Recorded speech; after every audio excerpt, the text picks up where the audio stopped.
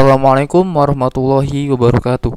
Nama saya Kurnian Pratama dengan NIM 1904010299. Di sini saya ingin melanjutkan presentasi saya mengenai tentang perencanaan kapasitas dan lokasi kapasitas di part yang kedua ini. Baiklah, saya akan menjelaskan tentang apa itu pohon keputusan. Pohon keputusan adalah alat pemodelan yang digunakan untuk mengevaluasi keputusan independen yang harus dibuat secara berurutan. Pohon keputusan berisi informasi berikut. Yang pertama adalah poin keputusan, yaitu titik waktu ketika keputusan tersebut keputusan seperti apakah akan membuat atau tidak dibuat. Yang kedua adalah alternatif keputusan, yaitu ekspansi besar dan ekspansi kecil adalah dua alternatif keputusan. Jadi berdasarkan poin keputusan itu tersebut akan ada dua cabang, apakah ekspansi besar atau ekspansi kecil. Lalu yang ketiga adalah acara kesempatan, yaitu peristiwa yang dapat mempengaruhi nilai keputusan. Jadi nilai keputusan ini dapat dipengaruhi oleh seperti apakah kesempatan, acara kesempatan itu. Yang terakhir adalah hasil, yaitu untuk setiap alternatif yang mungkin hasilnya akan dicantumkan. Analisis lokasi. Keputusan lokasi fasilitas sangat penting karena dua hal, yaitu yang pertama membutuhkan komitmen jangka panjang pada gedung dan fasilitas yang berarti bahwa kesalahan bisa sulit diperbaiki. Yang kedua membutuhkan investasi finansial yang cukup besar dan dapat berdampak besar pada operasional dan pendapatan. Jadi lokasi fasilitas itu harus kita pikirkan secara matang. Jadi misalnya kita terhindar dari melakukan kesalahan.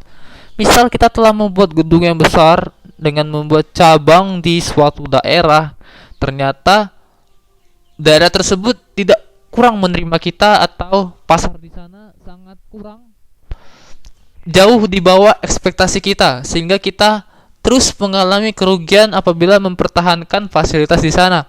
Jadi hal itu benar-benar sangat sulit diperbaiki dan akan berdampak finansial yang sangat besar pada perusahaan kita.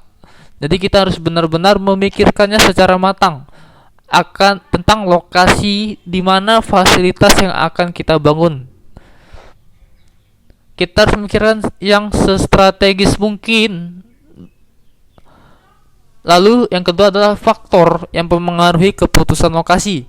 Yang pertama adalah kedekatan dengan sumber pasokan. Ada beberapa perusahaan di mana kedekatan dengan sumber daya diperlukan dan untuk menghindari biaya transportasi yang tinggi. Jadi kedekatan dengan sumber pasokan terhadap sebuah perusahaan sangatlah penting.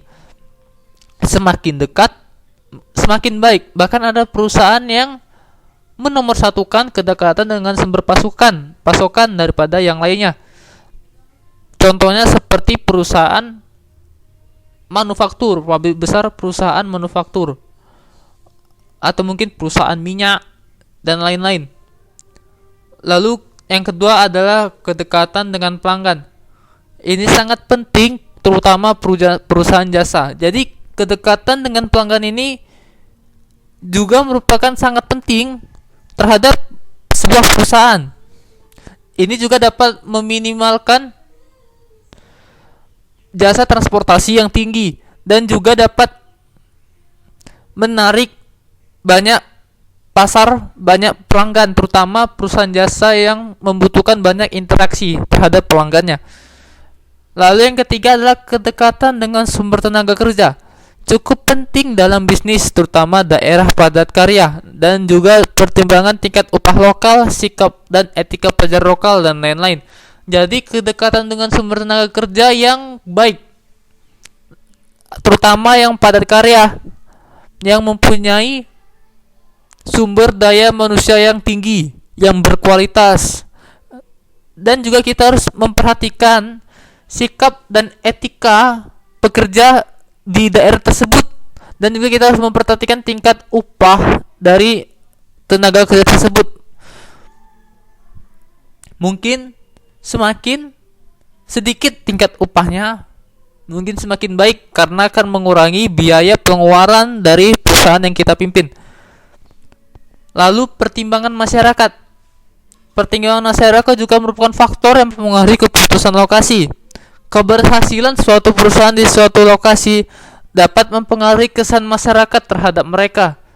Jadi kita harus mempertimbangkan apakah masyarakat tersebut kira-kiranya akan dapat menerima kita atau tidak. Hindari tempat yang tidak akan diterima masyarakat. Contohnya kita akan membangun suatu hal yang benar-benar tidak terima oleh masyarakat karena adat mereka misalnya, seperti itu. Lalu pertimbangan lokasi seperti biaya utilitas, pajak, dan kondisi tanah. Ini juga sangat penting dalam mempengaruhi kita dalam keputusan lokasi. Namun mungkin tidak terlalu penting dibandingkan dengan yang sebelum-sebelumnya. Lalu masalah kualitas hidup, dan yang terakhir adalah pertimbangan-pertimbangan lainnya seperti parkir, tempat untuk parkir, akses transportasi, kemudahan akses transportasi, dan lain-lain. Analisis global. Lalu analisis lokasi yang ketiga adalah globalisasi. Sangat penting dalam pemilihan lokasi di seluruh dunia.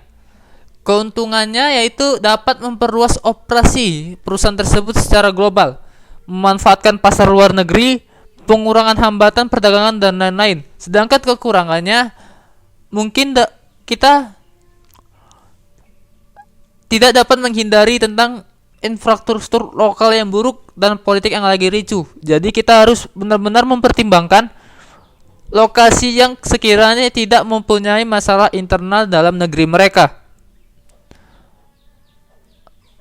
Lalu yang ketujuh adalah prosedur untuk membuat keputusan lokasi. Ada 3 buah. Yang pertama itu kita harus identifikasi faktor lokasi dominan. Jadi kita harus menentukan faktor lokasi yang mana yang paling dominan yang akan kita pilih. Pilih salah satu yang paling besar dan yang lainnya akan mengikuti. Lalu yang kedua, setelah kita pilih faktor lokasi dominan, lalu kita kembangkan alternatif lokasi. Kita kembangkan lokasi-lokasi yang kita tentukan yang mana dan kita cocokkan dengan faktor lokasi dominan. Lalu yang terakhir adalah evaluasi alternatif lokasi. Lalu kita evaluasi lagi alternatif lokasi tersebut. Mungkin hanya sampai di sini di part yang kedua. Terima kasih. Sebelumnya saya minta maaf. Assalamualaikum warahmatullahi wabarakatuh.